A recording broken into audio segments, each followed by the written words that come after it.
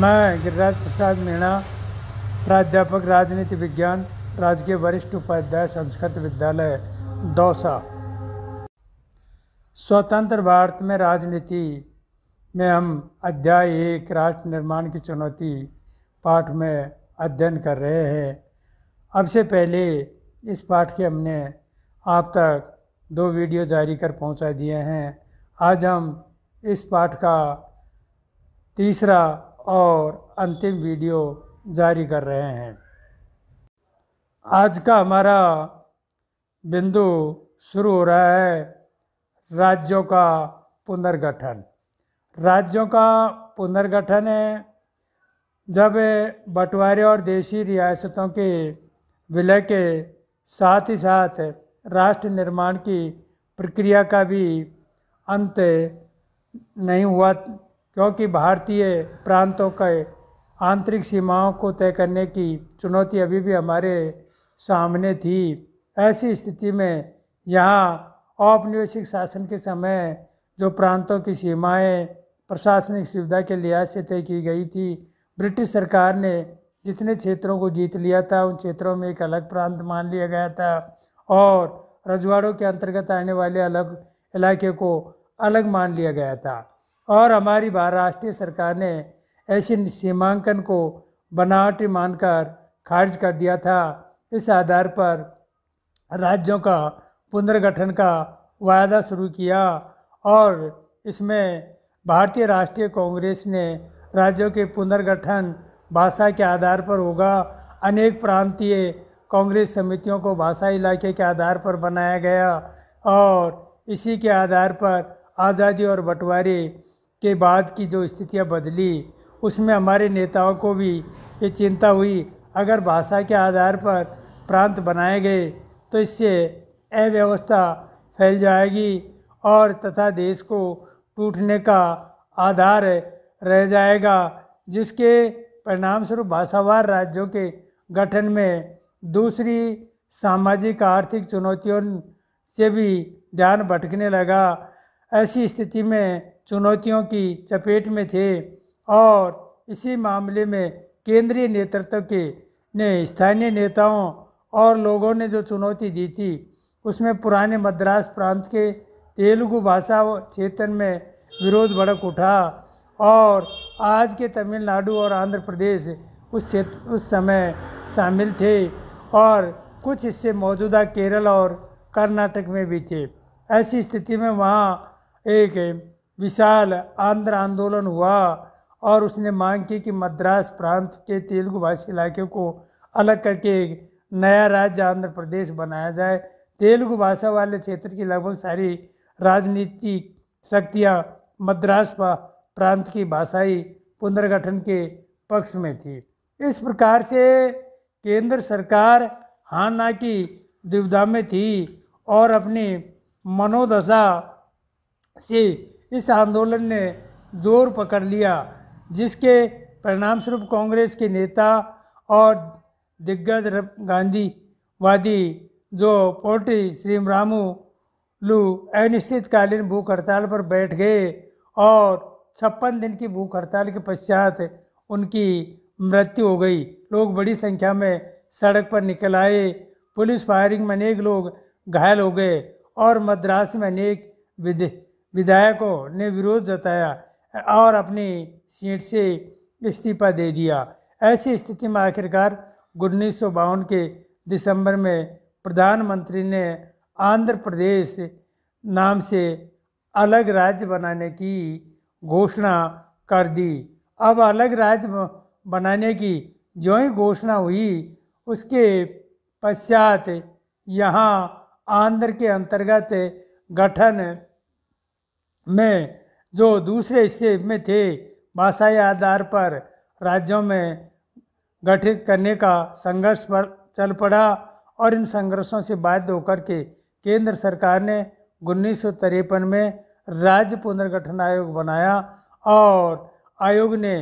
का काम राज्यों की सीमांकन के मामले पर गौर करना और अपनी रिपोर्ट में स्वीकार किया गया कि राज्य की सीमाओं का निर्धारण वहाँ बोली जाने वाली भाषा के आधार पर होना चाहिए। इस आयोग के आधार पर 1956 में राज्य पुनर्गठन अधिनियम पास हुआ और इस पुनर्गठन अधिनियम के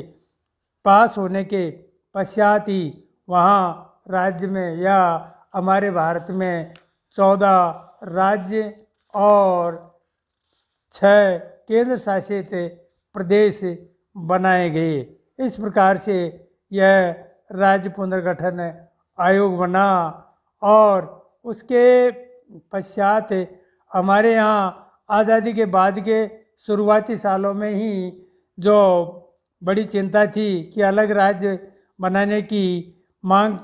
से देश की एकता पर आंच आएगी, ऐसी आशंका में नई भाषाई राज्यों में अलगाववाद की भावना पनपेगी और नवनिर्मित भारतीय राष्ट्र पर दबाव बढ़ेगा। तो जनता के दबाव में आखिरकार नेतृत्व में भाषा के आधार पर राज्यों के पुनर्गठन का मन बनाया और इसी उम्मीद के आधार पर क्षेत्रीय और भाषाई दावे को मान लिया गया और अलगाववाद के खतरे में कमी आएगी इस आधार को रखते हुए क्षेत्रीय मांगों को मानना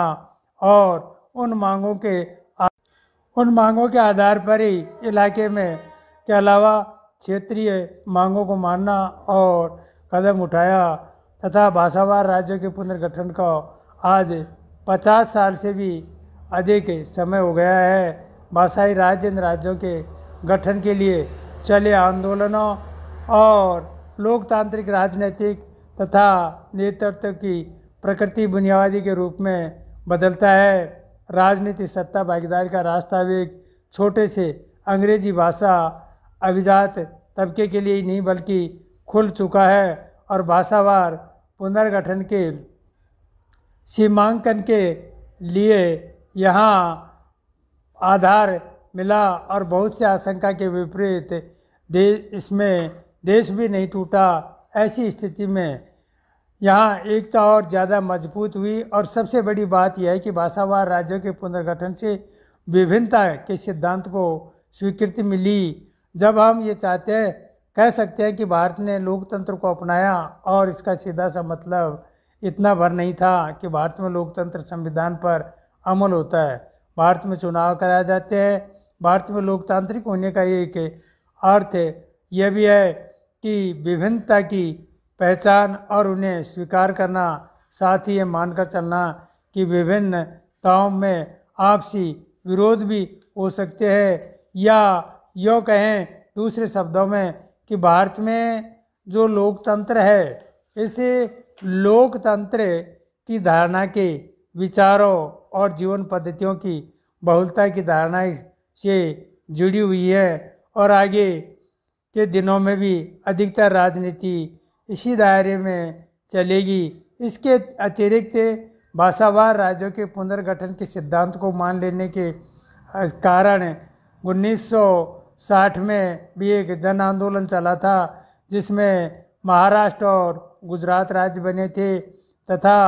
उसके बाद में पंजाब में हिंदी भाषी और पंजाबी भाषी 2 समुदाय थे। ऐसी स्थिति में उसकी मांग की गई और 1966 में पंजाबी भाषा वाले राज्य को राज्य का दर्जा पंजाब राज्य का दर्जा दिया गया और दूसरे क्षेत्र को हरियाणा और हिमाचल के नाम से। 1972 में फिर असम के राज्य को अलग करके 1972 में एक राज्य बनाया गया और इसमें मणिपुर और त्रिपुरा को अलग राज्य का दर्जा दिया गया। अरुणाचल प्रदेश 1987 में बना, उसके बावजूद नागालैंड में भी इसकी पहल यानी 1963 में जो राज्य बना था। और इस प्रकार से इन भाषाओं के आधार पर ही राज्यों की स्थिति बढ़ती जा रही है और 3 राज्य फिर बाद में बने, छत्तीसगढ़, उत्तराखंड और झारखंड, और फिर जो 2000 में बने थे और 2 जून 2014 को एक राज्य और बन गया जिसको तेलंगाना के रूप में जाना गया है। इस प्रकार से राज्यों के पुनर्गठन की कथा अभी समाप्त नहीं हुई है। ये सारे हमारे यहाँ राज्य बनाने के लिए अब भी कई जगह विभिन्न प्रकार से लोग अपने आप में एक आंदोलन की प्रक्रिया अपनाने पर तुले हुए हैं।